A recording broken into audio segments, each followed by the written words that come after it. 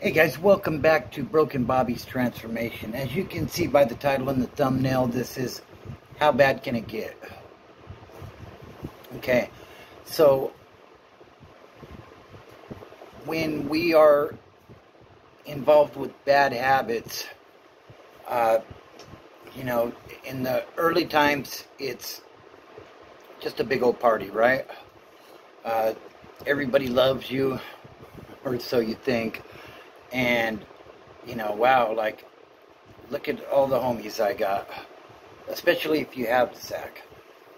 And I'm going to tell you guys a couple stories today of how bad it can get. We're not going to go with any jail or prison stuff, but, it's like rock bottom type of stuff. And I hit rock bottom on more than one occasion, so to say.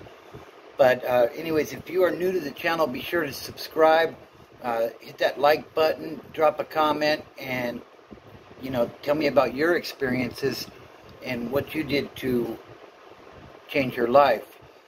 Also, hit that notification bell so that when I go live or I drop a new video, you will be informed and you can check it out when you're ready.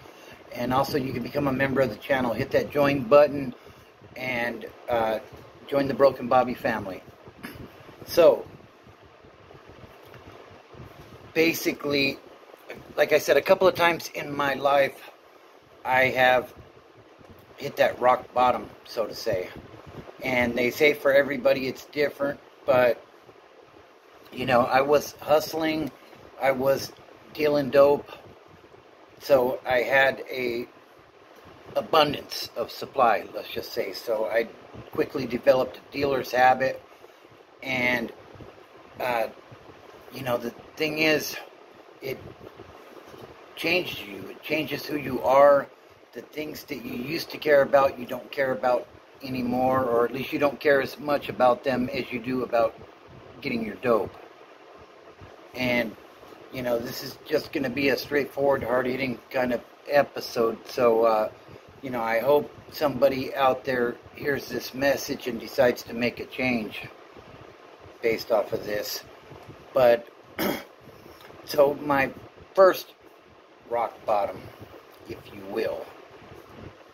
Okay, I had been dealing a lot. I had been in and out of jail already at this point, and I moved to Hemet, California, which is, I don't know, about 60 or 70 miles east of Los Angeles if you're not from the area. It's in the Inland Empire of California. And I moved to Hemet, and basically I brought the habit with me that I managed to unleash again. And there's a lot of things that people say in like Narcotics Anonymous and stuff, and I truly believe it. They say while you're in recovery, your habit never left. It's just back there doing burpees, getting stronger. So when you unleash the habit again, like it didn't diminish, it's right where you left it, basically. And I found the people that were doing the type of stuff that I used to do, that were doing the meth and stuff. So, I get hooked up a time or two, and I decide, it's time to start hustling again, because I can't afford this shit. And so I was going back into San Bernardino to my old connect and picking up quantities, but the problem is, I didn't have the clientele, and these people were a lot sketchier than the ones I had been dealing with before. And no offense to Hemet, shout out to Hemet, there's some great people out there, but it wasn't for me. And quickly, the product was going away due to my habit and some bad dealings with people, and there was no money for the re-up. And what the re-up is, basically, if you don't know, is when, you're about sold out or whatever, you go back to the connection and you cop another sack. That's the re-up. So there's no money for the re-up. I wasn't able to pay the rent, and I was basically being put out on the streets. And I've told this story before, but I feel like it's worth retelling. So I'm packing up my stuff. I'm sitting there. I'm drinking a 40 of like Old English or something, some crap beer, and I'm just going through it. I'm sitting there. I got the thing on the table, if you know what I mean, the pew pew, and like I'm rock bottomed out. Like I'm depressed. Like I'm at the point where I'm considering unaliving myself. And under normal circumstances, that would not even be a consideration to me. But like I said, those drugs, they get a hold of you, and it's bad. And when you're not able to maintain the addiction, and your world's falling down all around you, because you're not taking care of business the way you're supposed to, and you have a bunch of yes men around you that don't tell you, hey dog, that's not a good idea, you should pay the rent. No, it's a great idea, let's throw some more dope in the pipe and smoke it up, type of thing, and I don't hold any resentment towards those people.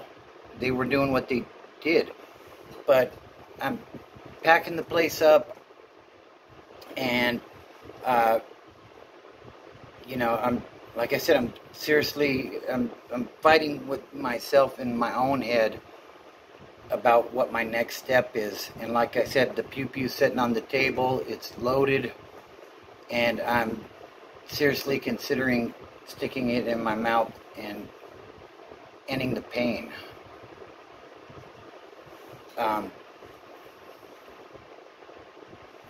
I think that in that moment, my higher power spoke to me, because a picture of my daughter's just happened to be in front of me. And I looked at it, and I just broke down. And, I thought to myself, what type of role model would I be to them if, I were to take my own life? What is that telling them? That it's okay to quit when things get difficult? But keep in mind, I'm still in this drug-induced mindset. And, I come up with this brilliant idea that I'm not going to do it to myself, but I'm going to get somebody else to do it to me. And, I had been keeping company with some skinheads out there. I'm not going to mention who that particular group was. And shout out to the skinheads. These guys are soldiers. But I had done some business previously with this skinhead, and for the story we'll call him Whitey. Not his real name. You guys know I don't do names, and I don't do groups, but it's kind of a necessary evil for this video. So I'm doing a little bit of business with Whitey, and he's fronted me some credit. And basically, I got to the point where I was able to push him for like $500 in credit. I had to build up to that a little bit, but I was able to do that. And the plan was that I wasn't going to pay Whitey, and that I was going to outright tell Whitey on the phone, you got burned, homeboy. And the thought was this would enrage him enough to do my dirty work for me. And so, a few days, maybe a week goes by, and I'm in this motel room. I think I was in San Jacinto. And I go outside for a minute, I think somebody that was there with me had a car there, so I went out to the car to get something, maybe some cigarettes or something. And Whitey's standing out there, and he's got the pew-pew in his hand. And I was so tired, guys. I was just so tired of the cat and mouse game of chasing the product and using the product and fighting with people to pay me, and like it was just such a mess. I was so tired, and usually, to be honest with you, when I would get arrested,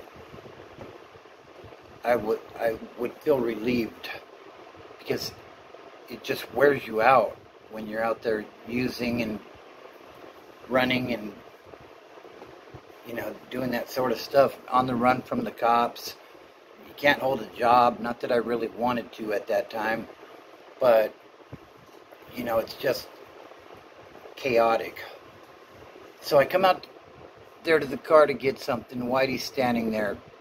And I think to myself, this is where it's going to end. And Whitey's standing there, and he points it at me. And I don't remember exactly what was said.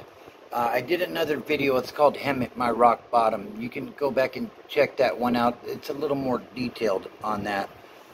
But, excuse me. You know, he says something to the extent of, I got your ass now. And,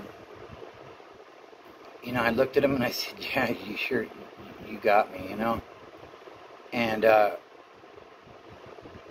like I could almost see the wheels turning in his head. Like, I guess he expected me to, like, start crying or something. And this isn't because I'm some sort of tough guy or not afraid of bullets. Don't get it twisted. But my mindset was just so screwed up at that time. And, you know, I was so tired of just being out in the streets and doing that sort of stuff. And, you know, he had the second thoughts and he didn't pull the trigger. And now I'm getting mad at him. How twisted and demented does that sound? And I'm like, come on, do it. What are you waiting for? You know, like, there ain't nobody out here. And then I think somebody from one of the neighboring rooms heard the commotion out there and opened the door. And this lady screaming, oh my God, he's got a gun. And it basically scared Whitey off, you know. Whitey said, you know, this shit ain't over, Bobby. And I'm like, just shoot me, bro. Like it was one of the darkest, worst places I've ever been at in my life. And I said I was going to do a couple of stories, but I think we're going to cap it with this one for today. I would go on to get busted shortly after that, riding a bicycle at 2 or 3 in the morning in San Jacinto by a sheriff. Really low point in my life, you know, like straight tweaker status. And, you know, so nothing ever became of that, but just a little story of where addiction can take you, you know, like I said, it starts off, you've got plenty of money, and, you know, it slowly sucks the life out of you and the life out of your bank account, and, you know, I mean, it's just ravaging society today. So, you know, I hope you guys, I don't want to say I hope you guys enjoyed this story, but I hope some of you were able to get something from this story, and I hope that some of you will make some decisions to not go down the path that I went down and end up in these types of situations. You know, this is kind of extreme, right? But, you know, this is the type of things that happen in addiction. If, you know, some people never make it out. And, you know, I don't wish that on anybody. You know, if you're thinking about getting clean, today's a great day to do that, you know. You can jump on Google, you can find a Narcotics Anonymous or an Alcoholics Anonymous meeting that's in your area, and they'll be more than glad to assist you with, you know, assisting you with the tools that you need to make that life change, because that's what it is, you know. You know, if the circle of people that are around you are promoting this type of behavior, then you need to get away from these fucking idiots. Because misery loves company. And, you know, as long as it's a two-way street and you're getting them high and they're getting you high, you know, they're going to co-sign all your bullshit and tell you what a great friggin' idea it is to spend the rent money on a sack. Or spend the light money on a sack. You know, it's a great day to start. So I hope somebody out there got something from this, and I hope that you make that decision today to do something better with your life. There's people that are relying on you, and do you want to let them down? Anyways, like I said, this was a more serious video today. You know, I hope somebody got something from this. Family, fitness, and freedom are the things that are the cornerstones to my sobriety. And, you know, they can assist you as well. You don't necessarily have to use my cornerstones. Figure out what works for you. Whatever works for you, do it. You know, there's no exact playbook to this. Everybody's different. So, yeah, it's a great day to start. Believe me, you can do it. I never thought I would get clean, and here I am talking to this phone on YouTube now about sobriety. So, don't look at the mountain, just our climb.